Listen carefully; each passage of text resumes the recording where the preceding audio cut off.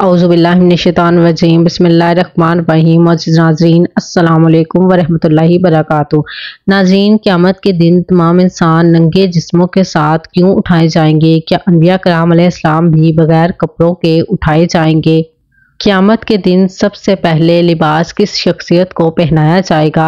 रसूलुल्लाह सल्लल्लाहु अलैहि वसल्लम के साथ इस हवाले से क्या मामला किया जाएगा? और आप सल्लल्लाहु अलैहि वसल्लम किस हालत में क़यामत के दिन अपनी कब्र अनवर से बाहर तशरीफ़ लाएंगे? यही हमारी आज की वीडियो का मौजू होगा। और आज हम आपको कुरान और हदीस की रोशनी में क़यामत के मनाजिर के हवाले से ईमान फ़रोज़ मालूमात फराहम करेंगे। उम्मुल मोमिनीन सैयदा हज़रत आयशा सिद्दीक़ा रज़ियल्लाहु ताला अन्हा से रिवायत है, वो बयान करती हैं कि मैंने हुज़ूर सल्लल्लाहु अलैहि वसल्लम को फरमाते हुए सुना, लोगों को क़यामत के दिन नंगे पाँव, नंगे बदन और गैर मख्तून उठाकर मैदान हश्र की तरफ लाया जाएगा। मैंने दरियाफ्त किया, या रसूलुल्लाह सल्लल्लाहु अलैहि वसल्लम, मर्द और औरतें सब इकट्ठे, वो एक दूसरे को देखेंगे। हुज़ूर सल्लल्लाहु अलैहि वसल्लम ने फरमाया, ऐ आयशा, मामला ही इतना सख्त होगा कि उन्हें इसकी सूझेगी भी नहीं। एक और रिवायत में है कि मामला इससे कहीं अहम होगा कि इन्हें एक दूसरे को देखने का ख्याल आए। सैयदा आयशा सिद्दीक़ा रज़ियल्लाहु ताला अन्हा बयान करती हैं कि उन्होंने नबी सल्लल्लाहु अलैहि वसल्लम को फरमाते हुए सुना कि अल्लाह रब्बुल इज़्ज़त क़यामत के दिन लोगों को इस हाल में जमा करेगा कि ना इनके पाँव में जूते होंगे और ना इन पर कपड़े होंगे। वो गैर मख्तून होंगे, यानी बगैर खतरों के वो अपनी कब्रों से इस हाल में निकलेंगे जैसे इस दिन थे जब इनकी माओं ने इन्हें जना था। इसी तरह हज़रत इब्ने अब्बास रज़ियल्लाहु ताला अन्हु से रिवायत है कि हुज़ूर सल्लल्लाहु अलैहि वसल्लम ने इरशाद फरमाया, तुम्हें क़यामत के दिन इस हाल में उठाया जाएगा कि तुम नंगे पाँव, नंगे बदन और बगैर खतरा के होगे। इसके बाद आप सल्लल्लाहु अलैहि वसल्लम ने बतौर दलील सूरत अनबिया की ये आयत पढ़ी। इसका तर्जुमा कुछ इस तरह से है, यानी जिस तरह हमने इनको इब्तिदा पैदाइश में नंगे पाँव, नंगे बदन और बेखतना माँ के पेट से पैदा किया था, इनको दोबारा क़यामत के दिन पैदा करेंगे, यानी कब्रों से उठाएंगे। ये वादा है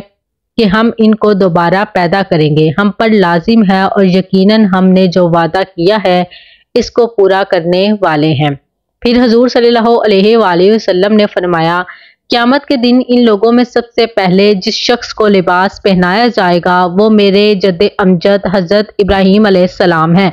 फिर फरमाया, और इस वक्त जबकि लोगों को मैदान हश्र से जन्नत और दोज़ख की तरफ ले जाया जाएगा, मैं देखूंगा कि मेरे कुछ सहाबा को पकड़कर बाएं हाथ की तरफ दोज़ख की तरफ ले जा रहे हैं। मैं ये देखकर बदतरीक हैरत इनको निजात दिलाने के लिए कहूँगा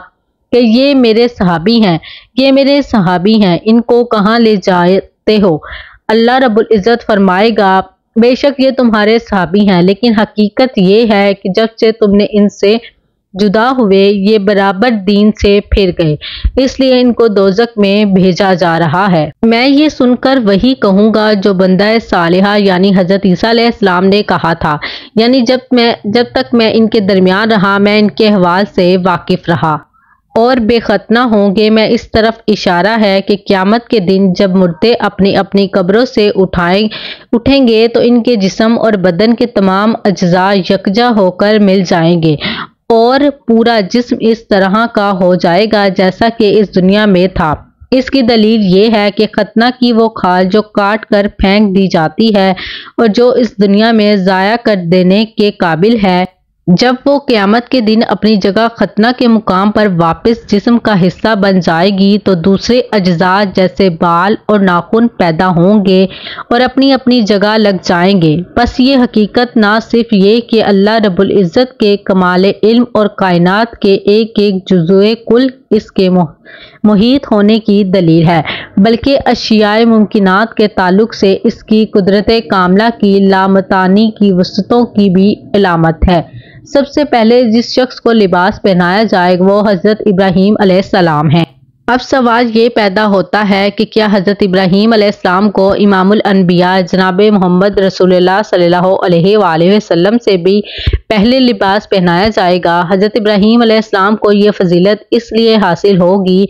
कि वो इन लोगों में सबसे पहले शख्स हैं जो फ़िक्रा اور ضرورتمندوں کو کپڑے پہناتے ہیں اور ان کی ستر پوشی کرتے ہیں، یا یہ کہ حضرت ابراہیم علیہ السلام وہ سب سے پہلے شخص ہیں جن کو اللہ رب العزت کی راہ میں بے لباس کیا گیا تھا جبکہ انہیں نمرود کی آگ میں ڈالا گیا تھا۔ بس ان کی یہ مخصوص نوعیت کی فضیلت ہمارے پیغمبر حضرت محمد صلی اللہ علیہ وآلہ وسلم پر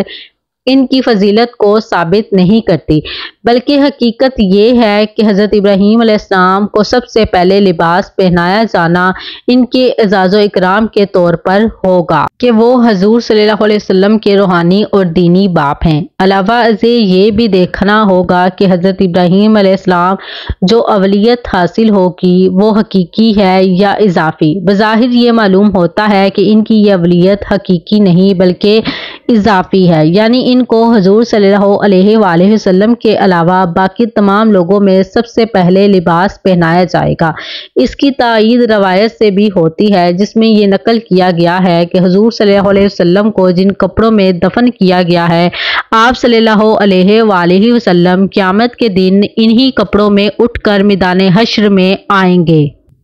جامع صغیر میں حضرت ابو ہریرہ رضی اللہ تعالیٰ عنہ ترمذی کی یہ روایت نقل کی گئی ہے کہ حضور صلی اللہ علیہ وسلم نے فرمایا، قیامت کے دن سب سے پہلے میں زمین سے پھٹ کر اٹھوں گا اور جنت کا لباس پہنوں گا اور پھر عرش کے دائیں طرف کھڑا ہوں گا، اور اس جگہ مخلوقات میں سے میرے علاوہ کسی اور کو کھڑا ہونا نصیب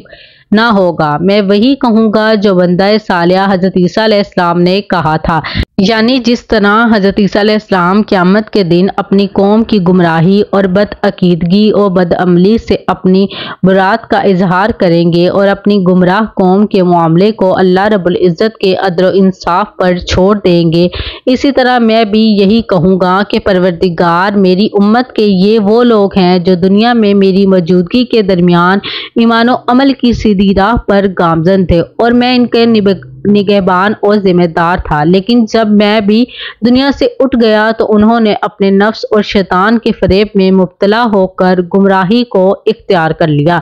اب ان کا معاملہ تیرے اوپر موقوف ہے، تیرے عدل و انصاف کی بارگاہ ان کے بارے میں جو چاہے فیصلہ کرے اور سراسر عادلانہ اور منصفانہ ہوگا۔ حضور صلی اللہ علیہ وسلم نے اپنی اس بات کو واضح کرنے کے لیے حضرت عیسیٰ علیہ السلام کے تعلق سے قرآن مجید کی جو آیت پڑھی، اس کا ترجمہ کچھ یوں ہے، یعنی قیامت کے دن جب اللہ رب العزت نصارہ کو سنانے اور ان کو شرمندہ کرنے کے لیے حضرت عیسیٰ علیہ السلام سے فرمائے گا کہ کیا تم نے اپنی قوم کو عقیدہ تثلیث یعنی تین اللہ ماننے کی تلقین اور تبلیغ کی تھی، تو حضرت عیسیٰ علیہ السلام اپنی برات کا اظہار کریں گے اور کہیں گے کہ میں نے تو ان کو صرف تیری بندگی کرنے کی تلقین اور تبلیغ کی تھی، اور جب تک میں ان کے درمیان موجود رہا ان پر مطلع رہا اور ان کی نگہبانی کرتا رہا کہ یہ لوگ صحیح عقیدے عمل کی روشنی میں سے دور نہ جا پڑے، لیکن جب آپ نے مجھے اس دنیا سے اٹھا لیا اور ان کے اوپر سے میری نگہبانی ختم ہو گئی تو پھر صرف آپ ان کے احوال پر مطلع رہے اور آپ ہر چیز کی پوری واقفیت رکھتے ہیں۔ اب اگر ان کی بد عقیدگی اور بد عملی کے لیے آپ ان کو سزا دیں تو یہ آپ کے بندے ہیں، اور اگر آپ کو ان کو معاف فرما دیں تو بے شک زبردست حکمت والے ہیں۔ واضح رہے کہ یہاں حدیث میں جن صحابہ کا ذکر ہے ان سے مراد وہ صحابہ نہیں جن کو حضور صلی اللہ علیہ وسلم کی زندگی میں بھی اور آپ صلی اللہ علیہ وسلم کے وصال کے بعد بھی آپ صلی اللہ علیہ وآلہ وسلم سے نسبت حاصل رہی، اور جن کو حقیقت میں صحابہ کہا جاتا ہے، کیونکہ ان کے بارے میں یہ یقینی طور پر معلوم ہے کہ حضور صلی اللہ علیہ وسلم کے بعد ان میں سے کوئی بھی صحابی مرتد نہیں ہوا اور نہ کسی نے عقیدہ و عمل کی کوئی ایسی گمراہی اختیار کی جس کی بنا پر انہیں دوزخی کہا جا سکے۔ لہذا صحابہ کرام سے مراد وہ لوگ ہیں جو حضور صلی اللہ علیہ وسلم کے زمانے میں مشرف اسلام ہو گئے تھے، لیکن آپ صلی اللہ علیہ وسلم کے وصال کے بعد مسلمہ کذاب اور اسود وغیرہ کی اتباع کی سبب مرتد ہو گئے تھے۔ امید کرتی ہوں کہ آپ کو ہماری یہ ویڈیو اچھی لگی ہوگی، اور اگر آپ کو ہماری یہ ویڈیو اچھی لگی تو ہمارے چینل کو ضرور سبسکرائب کریں اور بیل آئیکن کے بٹن کو بھی دبا دیجیے گا تاکہ ہر نئی آنے والی ویڈیو آپ لوگوں تک پہنچ سکے۔ اسی کے ساتھ میں آپ لوگوں سے اجازت چاہتی ہوں۔ اپنا اور اپنے پیاروں کا بہت خیال رکھیں اور اللہ اور اس کے رسول صلی اللہ علیہ وآلہ وسلم سے بہت محبت کیجیے۔ اللہ حافظ۔